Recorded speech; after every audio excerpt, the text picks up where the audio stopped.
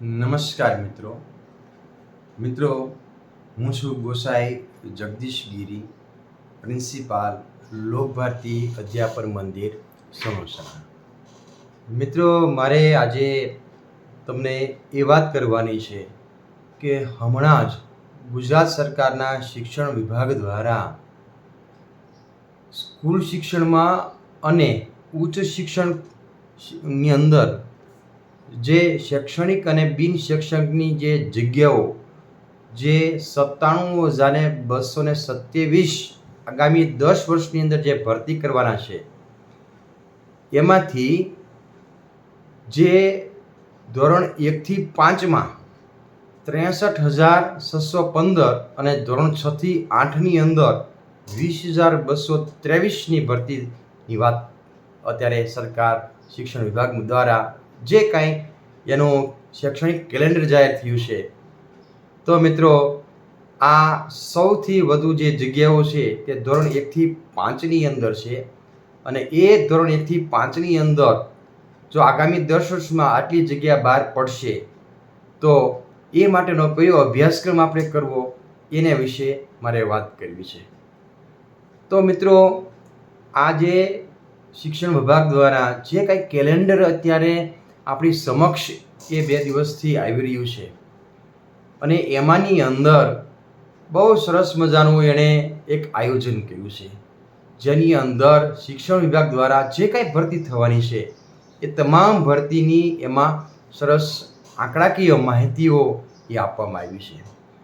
તો સૌપ્રથમ આપણે એમાં વિશ્લેષણ આપણે જોઈએ તો આવતા 10 વર્ષની અંદર સૌથી વધુ જે શિક્ષકો નિવૃત્ત થઈ રહ્યા છે તે છે ધોરણ 1 થી 5ની અંદર જે અત્યારના જે શિક્ષકો છે તે છે.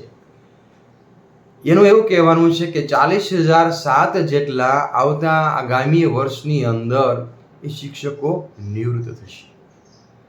અને એ નિવૃત્ત થશે એટલે કે સૌથી વધુ મોટી જગ્યાઓ એ ધોરણ 1 થી 5ની અંદર આવવાની છે. અને આ કેલેન્ડર મુજબ ધોરણ 1 થી 5ની અંદર 63,615 એ શિક્ષકોની આવતા 10 વર્ષની અંદર એ ભરતી થવાની છે. તો મિત્રો, આ જે આંકડા જે બોલી રહ્યા છે, સરકારશ્રી જે આપી રહ્યા છે, અને બરાબર આ 10 વર્ષમાં એ રીતે સરકારશ્રી ભરતી કરવાની છે. તો આ ધોરણ 1 થી 5માં આટલી જગ્યાઓ હોય તો આપણે આ ધોરણ 1 થી 5માં શિક્ષક બનવા માટે શું કરવું જોઈએ એના વિશે મારો આ વિડીયો છે. મિત્રો, દર વર્ષે જ્યારે પ્રવેશની વાત આવે ત્યારે હું એક વિડીયો બનાવતો હોઉં છું, અને એ વિડીયાની અંદર હું ખાસ કહેતો કે હવે આગામી વર્ષની અંદર પીટીસી એટલે કે ડીએલએડની બોલબાલા એ આવવાની છે. સૌથી વધુ જગ્યાઓ, ખાલી જગ્યાઓ એ ડીએલએડ એટલે કે પીટીસી કર્યા પછી શિક્ષક જે બનશો એ તબક્કાની અંદર હશે. તો મિત્રો, જો આજે સરસ સરકારશ્રીના કેલેન્ડરમાં એ પણ સાબિત થયું કે ધોરણ 1 થી 5માં આટલી જગ્યા આવવાની છે, અને ધોરણ 6 થી 8ની અંદર પણ 20,223 જગ્યાઓ એ ભરાવાની છે. તો મિત્રો, હવે આ આટલી બધી જગ્યાઓ સરસ રીતે સરકાર દ્વારા આપવામાં આવી છે, ત્યારે આપણે પણ જો ધોરણ 12 કર્યું હોય કે બીકોમ કર્યું હોય કે બીએસસી કર્યું હોય કે બીએ કર્યું હોય કે બીઆરએસ કર્યું હોય તો પણ તમે ડીએલએડ એટલે કે પીટીસી કરી શકો છો. અને આવતા 10 વર્ષની અંદર જે જગ્યાઓ ભરાવાની છે એમાં તમારો પણ સમાવેશ હશે. તો મિત્રો, આપણે આ ડીએલએડ વિશે આપણે જાણીએ. તો મિત્રો, આપણે જૂનું નામ એનું પીટીસી છે, નવું નામ ડીએલએડ એટલે કે ડિપ્લોમા ઇન એલિમેન્ટરી એજ્યુકેશન, જે ધોરણ 1 થી 8ની અંદર શિક્ષક થવા માટેનો આ એક અભ્યાસક્રમ છે. માત્ર ને માત્ર 2 વર્ષના આ ટૂંકા ગાળાનો આ અભ્યાસક્રમ છે. ધોરણ 12 પછી માત્ર 2 વર્ષનો અભ્યાસક્રમ. મિત્રો, આપણે જોઈએ તો હવે તો નવી શૈક્ષણિક નીતિ જે આવી છે, શિક્ષણ નીતિ, એ શિક્ષણ નીતિની અંદર પણ હવે એવું કહેવાયું છે કે કોલેજનો સમય છે એ પણ 4 વર્ષનો થવાનો છે. તો મિત્રો ટૂંકામાં ટૂંકો જો અત્યારે અભ્યાસક્રમ અને અત્યારે જો સામે આપણને નોકરી દેખાતો હોય એવો અભ્યાસક્રમ એ માત્ર અત્યારે DLED છે. તો આ DLED કર્યા પછી તમે ધોરણ 1 થી 5માં તમને આરામથી તમને નોકરી મળી શકે. હા, એટલું ખાસ કે આ DLED કર્યા પછી એક આપણે ટેટ 1 ની એક્ઝામ એ આપવી પડતી હોય છે. જે મિત્રો BA કર્યું હોય, BCom કરે કે BSc કરે કે BRS કર્યું હોય અને એ પણ જો આ DLED નો અભ્યાસક્રમ કરે તો એ 1 થી 5 ની અંદર તો લાગી શકે છે. સાથે સાથે ગ્રેજ્યુએશન હોવાથી તેઓ ધોરણ 6 થી 8 ની અંદર પણ શિક્ષક તરીકે એ લાગી શકે છે. એટલે આ બંનેનો ફાયદો એ જેમણે ગ્રેજ્યુએશન કર્યું હોય એ કરી શકે છે. તો મિત્રો અહીંયા આપણે જ્યારે DLED કરો છો ત્યારે DLED એક ડિપ્લોમા એક અભ્યાસક્રમ છે અને ડિપ્લોમા અભ્યાસક્રમ હોવાને લીધે તમે DLED ની સાથે સાથે એક્સટર્નલ તમે BA પણ કરી શકો છો. એટલે એક્સટર્નલ કોઈ પણ અભ્યાસક્રમ આ અભ્યાસક્રમની સાથે થઈ શકે છે. આ બહુ મોટો ફાયદો છે. અત્યારે આપણે DLEDના 2 વર્ષ હોય અને ધારો કે તમે કોઈ પણ યુનિવર્સિટીની અંદર DLEDની સાથે તમે BA શરૂ કર્યું તો અહીંયા એ BEd તમારા વેકેશનની અંદર પરીક્ષાઓ આવતી હોય છે. અહીંયા 2 વર્ષનો અભ્યાસક્રમ હોય છે. અહીંયા તમે 2 વર્ષ પૂરું કરો ત્યાં સુધીમાં સામે તમે BA પણ 2 વર્ષ તમારા થઈ જાય.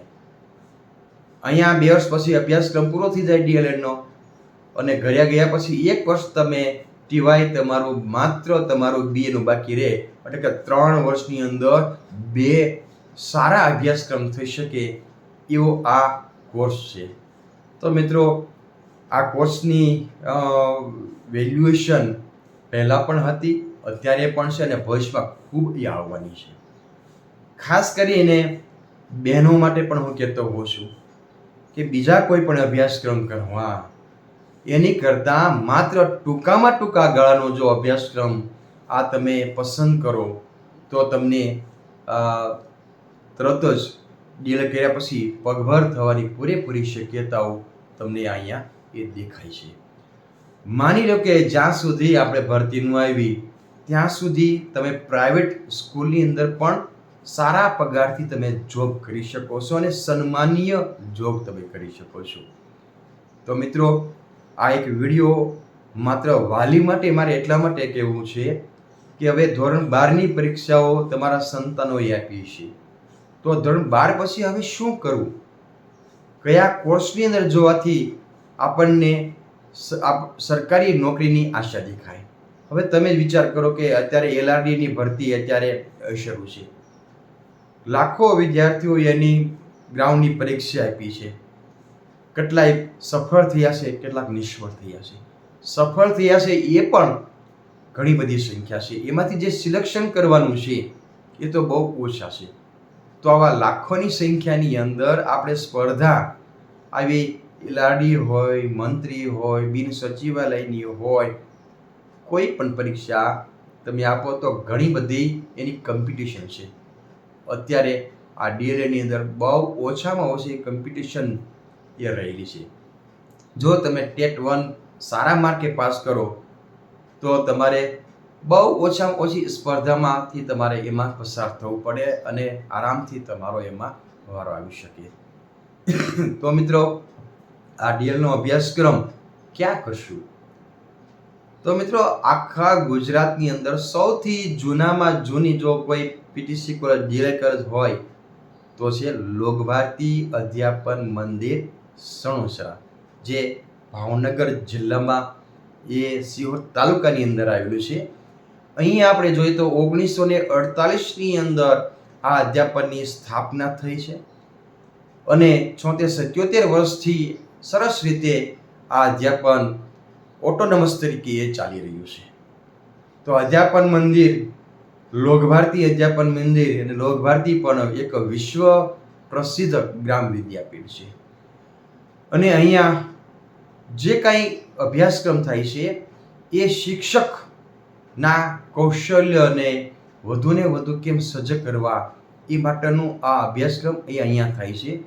માત્ર અહીંયા વર્ગ શિક્ષણ નહીં, પરંતુ તેમને અનેકવિધ પ્રવૃત્તિઓમાંથી અમે પસાર કરતા હોઈએ છીએ, જેથી કરીને જ્યારે પણ એ શિક્ષક તરીકે જ્યારે જોડાશે ત્યારે કોઈ પણ એને એક્ટિવિટીઝ એને કરવાની આવે તો તરત જ એ એક્ટિવિટી એને જાણીતી હશે, કોઈ પણ કાર્યક્રમ હશે એનું સંચાલન કરી શકશે. અનેકવિધ પ્રવૃત્તિઓથી ધમધમતું એટલે અમારું લોકભારતી અધ્યાપન મંદિર.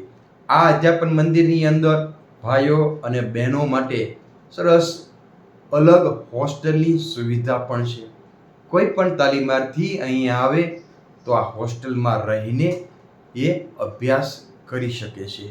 તો આવી વ્યવસ્થા એ અધ્યાપન મંદિરની છે.